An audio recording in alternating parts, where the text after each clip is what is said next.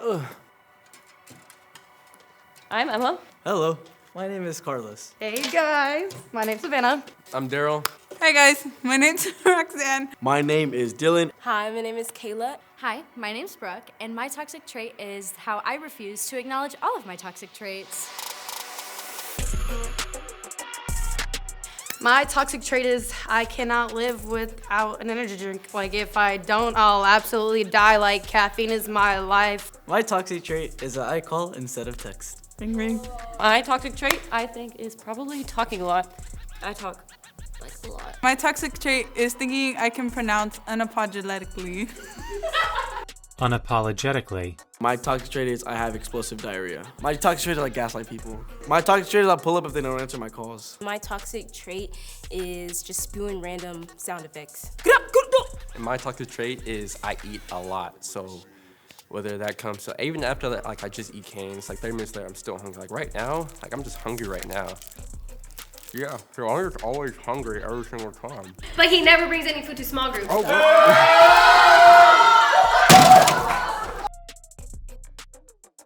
A submitted toxic trait from a student says, holding grudges. I often have a hard time forgiving people when they do me dirty. While I personally also struggle with this, I think everybody has this deep down. We have to remember how Jesus had the willingness to forgive, and keeping that in mind, we have to continue to show our loving kindness to be able to show people Jesus. We have to be a light in the darkness, and so sometimes that means we have to kind of put down our pride of not wanting to forgive and continue to show the light.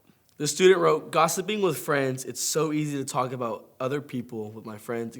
I think that what I had to realize was that Jesus never gossiped.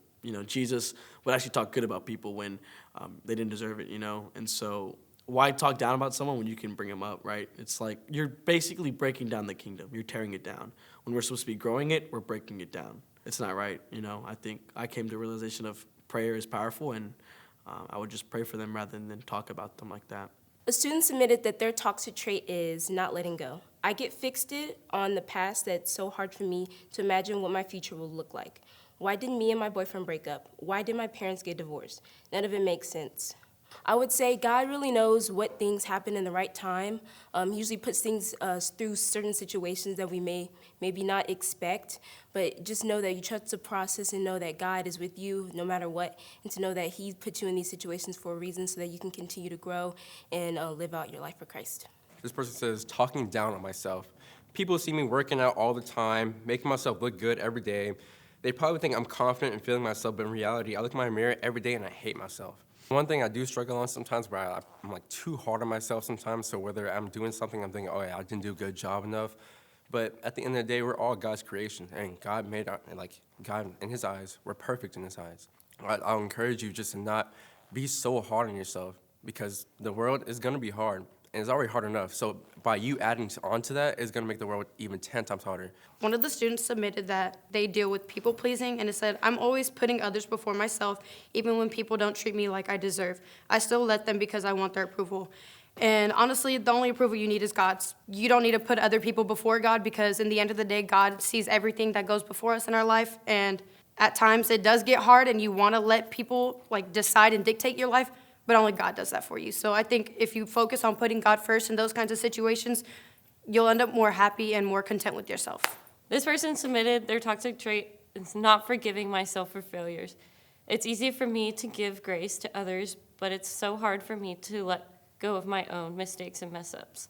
Not forgiving myself is one of the biggest things I've struggled with throughout my walk with Christ, and it's also been a big factor of backsliding. Me knowing that God has already forgiven me before I even made these mistakes is the reason that I kind of just let go and ended up forgiving myself for all of this. This student says lying. I try to get out of things or hide things by either exaggerating the truth or completely lying about it. Even the stupid things, like what I did over the weekend.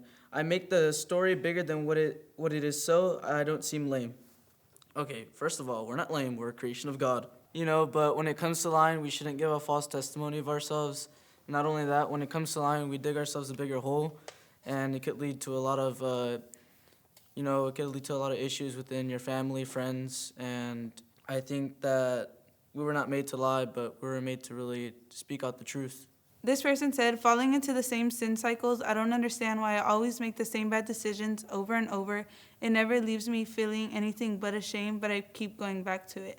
It happens. I personally have gone through the same things. Like, I've keep going back. For me personally, it was drugs. I kept going back to drugs to feel fulfillment. And, like, I can tell you it's never going to fulfill you the way God can. Like, God is always going to find a way to fulfill you. If not, he wouldn't have sent his one and only son to the cross so that we can, like, you know, have a chance with him and have a chance to receive his love and his joy and his peace. Action. Our toxic trait is... We don't know how to end a video. Bye.